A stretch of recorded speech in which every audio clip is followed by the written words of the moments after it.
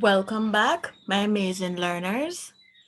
Today, I just have a quick little video to show you because some of you are still doing something that might get you in trouble later on. Now, all of you have an email address that was made for you by the Ministry of Education, but I'm going to encourage you not to use that email address to play games and to do other activities outside of your schoolwork. So on the screen now, you will see gmail.com or accounts.google.com/signup.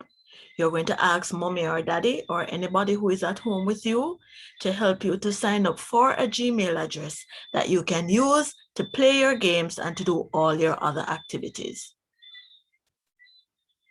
When you're creating this new email, this new Gmail account, do not use your real first name and last name. Now let's look at the example here. Joshua typed out his entire first name, his last name, and then he used both of them to create his email address. Then down here, where you see password, he created an easy password that almost anybody could guess. Don't do that, children. You are going to find a better way to create an email address that you can use to play your games and your activities outside of your schoolwork. So the one that has your name and date of birth, and it says at moeschools.edu.jm, do not use that to play games and other activities. You're going to use that one just for your school work. Instead, this is what you're going to do. You're going to make up a name. For example, look here, I have Brainy Campman. And then username Brainy Benny 456. I just made up a nickname.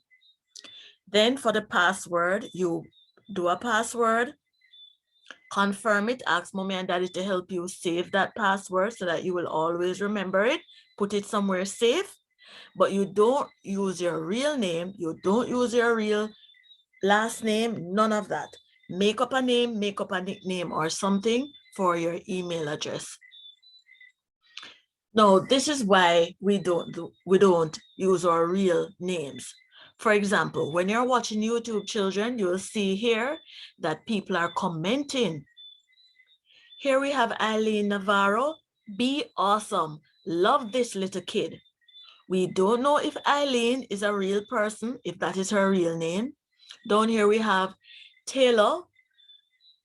We have all sorts of different people commenting. All right, we don't know who these people are. We don't know what they're about. Remember, the internet reaches all across the world. There are so many people in the internet community, you don't know who is who. So children, do not use your real names.